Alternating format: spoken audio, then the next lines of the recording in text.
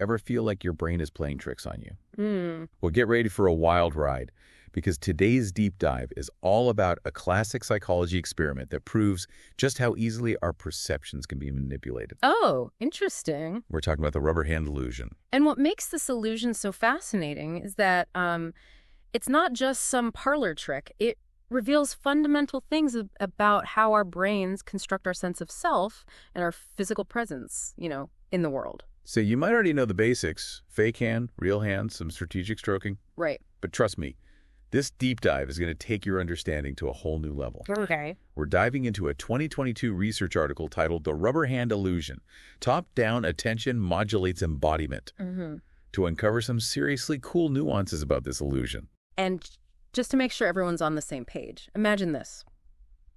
You volunteer for an experiment, and you're asked to place one of your hands behind a screen. Okay.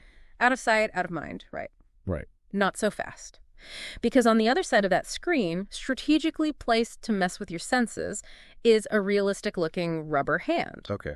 And it's not just the placement. The researchers make sure everything about the setup feels believable, Right. They might even position your hidden hand in a way that aligns perfectly with the fake one. Oh, wow. And here's where the mind games begin. The researchers start simultaneously stroking both your real hidden hand and the rubber hand with a paintbrush. Okay. So you're feeling the sensation on your actual hand, but you're seeing the touch happening to the rubber hand. So it's like tricking your brain. It's a bit of a sensory overload. And your brain is working overtime to make sense of it all. Right. What's incredible is that for most people, after a short while, that rubber hand starts to feel like it's their own. I know, right? The study actually mentions people reporting feeling a sense of touch on the rubber hand, even though it was their real hand being touched. Yeah. It's like their brain is redrawing the map of their body in real time. It really is. And that's the classic rubber hand illusion in a nutshell. Right. But what we're diving into today is how our attention, our focus, can actually change how strong that illusion feels. Right. And that's where this 2022 study comes in. Exactly. They wanted to go beyond just demonstrating the illusion. Good. They asked, can we manipulate it? Can we make it stronger or weaker? Okay, so how do you do that? How do you mess with an illusion that's already messing with your brain?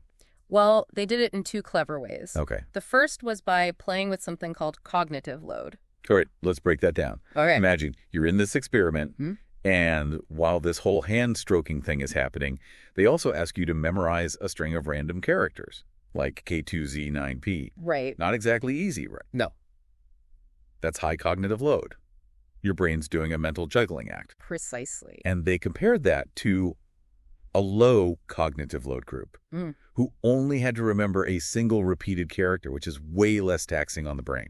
Right. So it's like trying to enjoy a magic show while simultaneously doing your taxes. Yeah. One of those things is going to suffer. Exactly. And the researchers thought, if the rubber hand illusion is purely automatic, something our brains do effortlessly, then cognitive load shouldn't make much of a difference. Okay. But if paying close attention to your real hand, that feeling of touch, strengthens your brain's body map, then maybe high cognitive load would weaken the illusion. Fascinating. So they're essentially testing if our brains have a limited amount of illusion power. That's a great way to put it. Okay. Now, the second manipulation focused on attention instructions. Right, because it's not just about how much brain power you have free, but also where you're directing it. Exactly. Okay. So while all participants were feeling the brush strokes on their real hand, Right. some were told to focus on that tactile sensation, to really pay attention to how it felt. While others were told to focus on watching the fake hand being stroked, even though they could feel the sensation on the real hand. And this is where things get really interesting. Okay. Because you'd think, wouldn't feeling the touch on your real hand be the stronger sensation, the one your brain would prioritize? Right. You'd think that would anchor your sense of self back to your actual body. Logically, yes. Okay. But remember, our brains love to take shortcuts, and they often prioritize vision over other senses. Oh, man. This is where I start to question everything I thought I knew about reality. Yeah. So what happened? Did either of these manipulations actually work? They did. And the results were surprising, to say the least. So spill the beans. What did the researchers find? Well, turns out, focusing on the visual information, watching that fake hand being stroked, actually made the illusion stronger. Think about that for a second. Wow. So you're saying the very act of paying attention to the fake hand strengthen the feeling of ownership over it. Exactly. It's like our brains are saying, hey, you're really looking at this fake hand. Well, it's yours now. And kind of the reverse happened when participants focused on their real hand's tactile sensation. Focusing on the feeling of the brushstrokes actually weakened the illusion. So we can literally fight back against illusions with our attention. It seems that way. It's like our brains have this dial that controls the strength of the illusion, and we can, turn it up or down with our focus. That's wild. This whole thing makes me wonder if vision is so powerful in this illusion, maybe we're all walking around with a bit of visual capture going on in our daily lives. That's a really interesting point.